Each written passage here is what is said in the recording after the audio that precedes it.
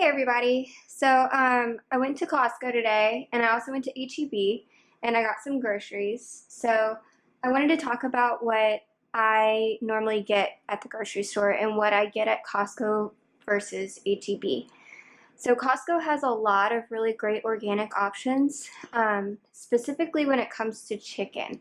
So I love to go there when they're having sales on chicken, or even if they're not, I'm just out and I'll get their organic chicken packs and I'll break them down and I'll put them in the freezer in vacuum sealed packs. You can also just put them in their already sealed packaging.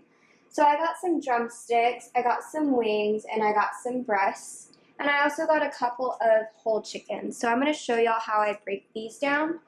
And I'm going to stick the bones in the freezer for the next time I need to make broth. So the things I got from Costco were the chicken.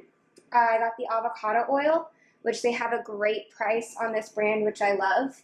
I got the butter, which also is a brand I love, and it's a little bit cheaper than when you get it at HEB. If you can catch it on sale at HEB, that's even better. I got some cheese, which I'm going to slice and grate and put in the freezer. I got some Pecorino Romano cheese, some mozzarella cheese, and these I'll be using for when I make lasagnas, hopefully here soon. I also love this plastic wrap. I don't use a lot of plastic wrap, but when I do, that is my favorite kind, and I've only seen it at Costco. So stretch type. Well, it's Kirkland brand, so of course it's only at Costco. Also, these organic pasture-raised large eggs. These are great. They come in a pack of 24. I eat a ton of eggs, and so I love to get these. And I got the coconut oil there as well, which, you know, I use that for a lot of purposes, including, as you saw, in my dog food for Allie. Speaking of Allie. And off camera, I also have like paper towels and Kleenexes and things like that. If you have space to store large quantities of those, it's definitely better. They are cheaper. They are cheaper at Costco. So what I didn't get at Costco, my rice. They don't have any organic rice options there. And then, you know, things like garlic and shallots, onions, any kind of herbs, things like that that you don't need a ton of, I don't get there. They do have some really great options for frozen fruits and vegetables, which I would normally get, but I've just recently bought fresh ones and frozen them myself, so I didn't need that. So these are things that I got today. Other times when I love to get their honey. They have really good raw honey, but it's not local, so you have to think about that. Almond butter, they have good options for that. What else is there? They have, like, if you have kids, they have a lot of really good snack options. Some organic gummy bears, juice boxes. They also have some really good dried fruit options in big bags, and crackers and things like that that I just don't normally eat myself or drink, and so I don't have that on hand. But yeah, so this is my haul. I'm gonna show y'all what I do with. So I wash my eggs when I get them in, and I let them dry, and then I put them in a container in my refrigerator. That's just to make sure that any chemicals that were used to wash them previously are gone. Any dirt that maybe would be left over from the farm is gone. I'm also going to wash my chicken and lay them out on sheet pans to freeze before I vacuum seal them. And I'll show you how I break down a chicken. I may include that in this video, and I may put it in a separate one, I'm not sure. But yeah, so this is what I get, and I just wanted to share that with y'all. And if you have any questions about brands of food that you've seen me have, or that you have questions about what's a good brand, feel free to ask. I have some thoughts on those, and sometimes I just don't care. There are some certain things that I don't buy if it's not organic, but there's some things where it's not as important. So I can make a list of that if y'all would be interested. But thanks, and I'm going to start breaking down these groceries. So I have now rinsed this, and it's been drying on some paper towels over here in a sheet pan. And I'm going to show y'all how you can break down a chicken, a whole chicken. So we're gonna start with removing the legs. And to do that, you just want to go do a nice slit here in the skin. Actually, let me get a different knife. Yeah. There we go. So slit in the skin here. Go all the way through, and you can kind of see now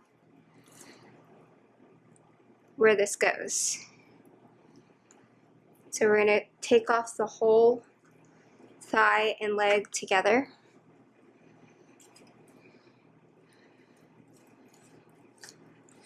And there's a little joint right in here. So we're just going to, you hear that pop? And now you can see exactly where to cut.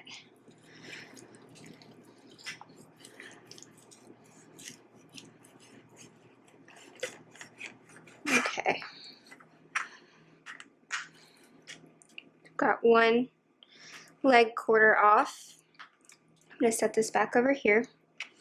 Let's go around and do the other side. So slit in the skin.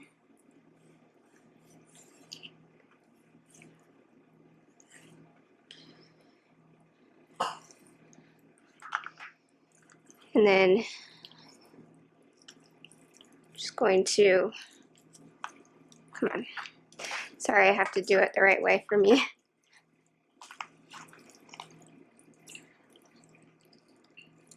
Pop. That one didn't really pop very well, but you can see it dislocated. And then just gonna go ahead and cut.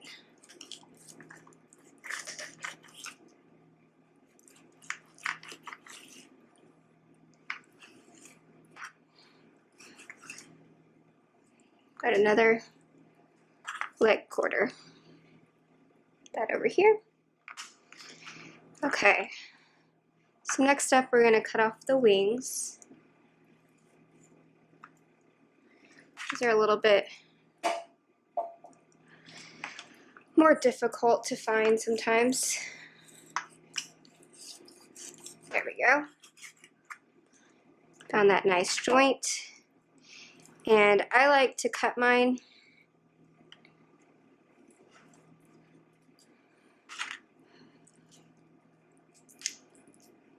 into the drums and the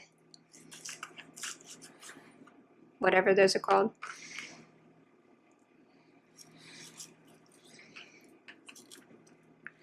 And I'm going to go ahead and snip off the tip because I'm going to save these bones for broth, and so this makes really good addition to the broth. Come back over here.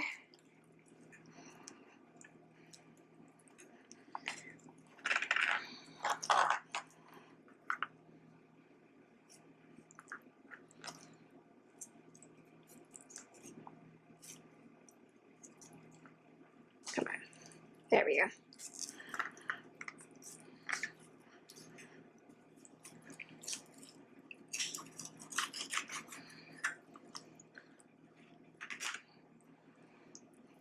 I got a little extra breast on that one, but that's okay.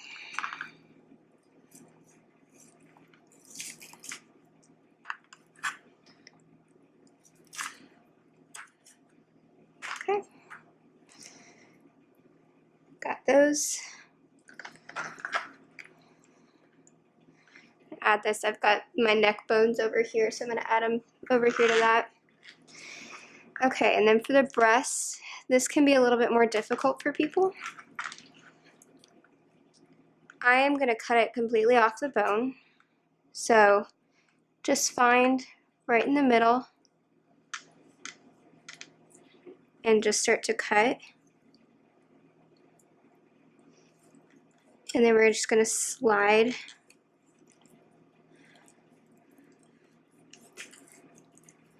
along the bone as we go.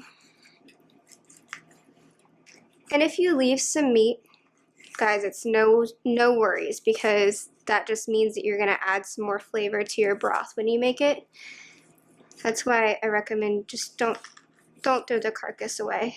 Stick it in the freezer if you're not gonna make broth right away. And then you don't feel like you've wasted anything. Okay, I've got this beautiful breast now. And you can see this. I'm actually going to cut this off. This is the tenderloin. So when you get chicken tenders in the store, that's what this is.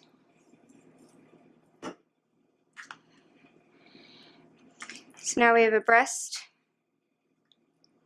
with some skin on it and a tenderloin.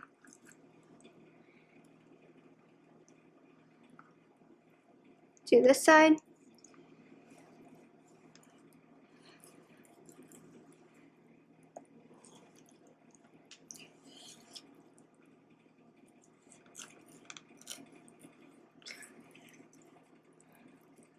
This side is harder for me because it's going the direction that I can't feel it as well, but that's okay. I just left a little bit of meat here, but no biggie.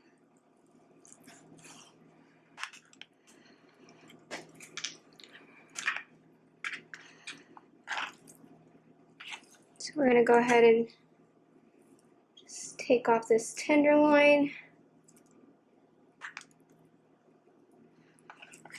And we've got our nice breast here. So I have a lined baking sheet over here that just has it has press and seal wrap on it. And I'm just gonna place all my pieces that I cut over here. And you don't have to do this. I just prefer it. If you flash freeze, then your meat will kind of hold its shape a little bit and it won't lose all of its water because I vacuum seal. And so when I vacuum seal, it can squeeze some of the water out of it, and it's better if you freeze it with some of the water in it. Okay.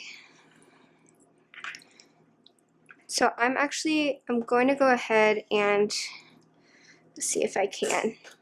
My knife is sharp enough. When I make broth, I like to cut my chicken carcass in half because it just opens up that bone marrow, and so you can make sure that you're getting more of the nutrients out of it easier. And so since I'm freezing these and I may do it straight from frozen in the foodie, I'm going to go ahead and cut them now. That way I don't have to worry about thawing and trying to cut it while it's frozen. None of that. So saving this, and we're going to go back to these leg quarters. So I want to show you now how to separate the drumstick from the thigh. So if you see this vein of fat, you can feel right under here, there's a joint right there, and you just want to cut right into that joint.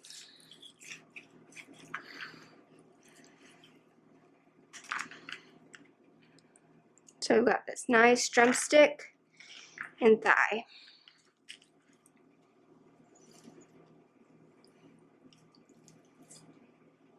And if you're on a budget, it is cheaper to buy a whole chicken and break it down yourself than to buy it broken down. So there's that vein of fat.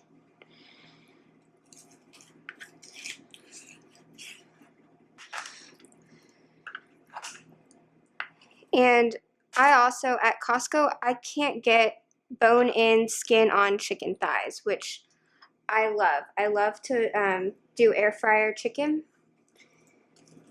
and thighs are my favorite for that. And so I like to get these so that I at least have some thighs to do fried chicken with. Okay, so I am just going to go ahead and break down this other chicken here. and do it the exact same way. And then I'm going to continue to rinse all of my chicken pieces that I have and put them onto other lined sheets to go into the freezer. And then I'm going to show y'all what I do with my garlic. So yeah, I'm going to show y'all a fun little trick with that. All right, I'll be right back.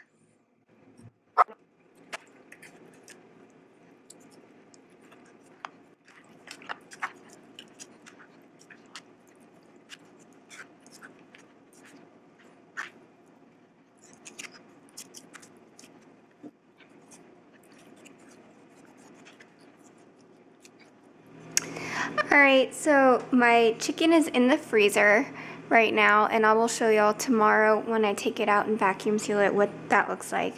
But I just wanted to show you what I do with my garlic. So I took that whole head of garlic and I chopped it up and put it into this stainless steel bowl. And I'm going to go ahead and add some avocado oil. And you can do avocado oil or olive oil, whatever you want. And you just want to cover this.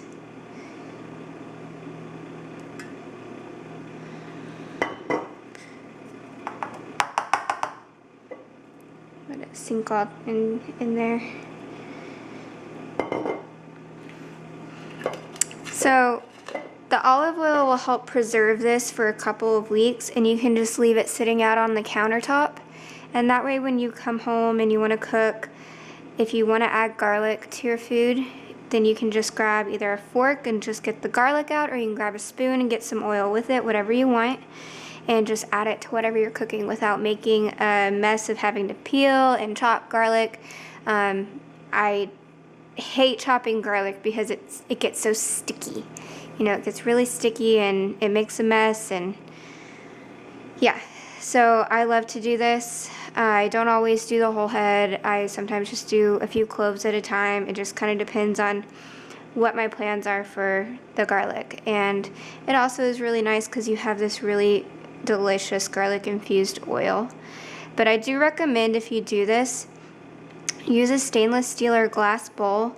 And I would just have a bowl that is designated for this, because while this bowl, it's not going to smell, I do have a lid that I put on it, and no matter how many times I wash it, this lid smells like garlic.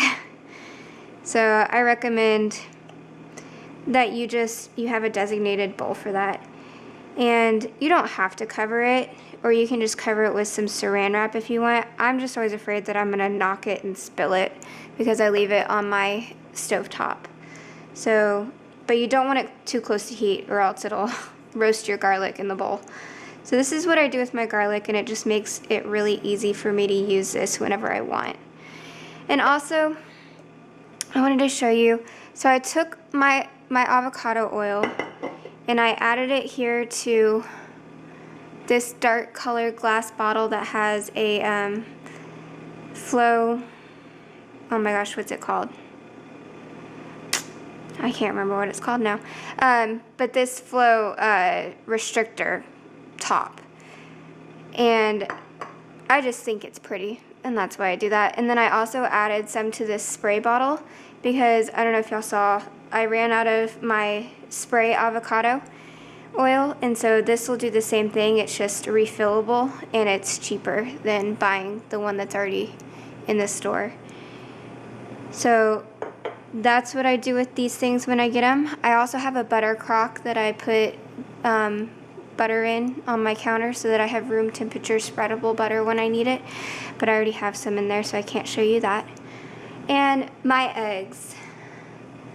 So I've rinsed my eggs here, and they're just drying. So I briefly mentioned that.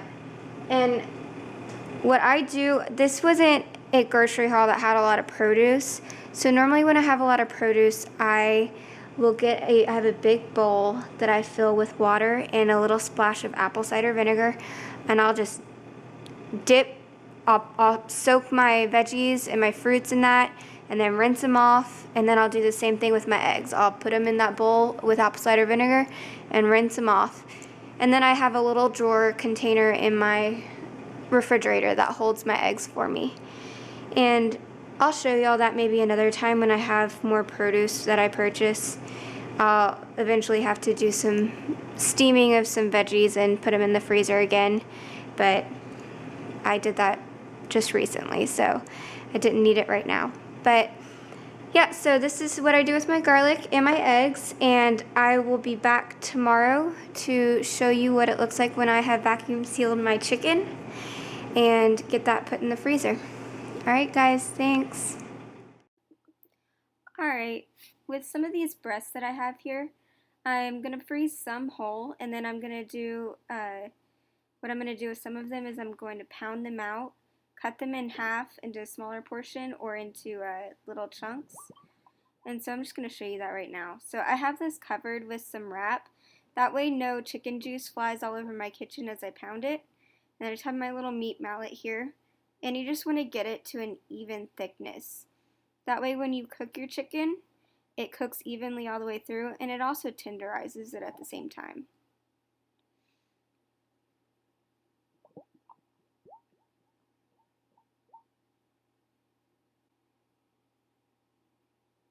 So now that I have it pounded out flat, I'm going to go ahead and with this chicken breast, I'm going to cut off the tenderloin. You can see it there. It kind of sticks out and you can see that little vein that was going across it in the front. There's a little tendon here. I'm going to cut, break it loose from all this fibrous tissue that holds it on.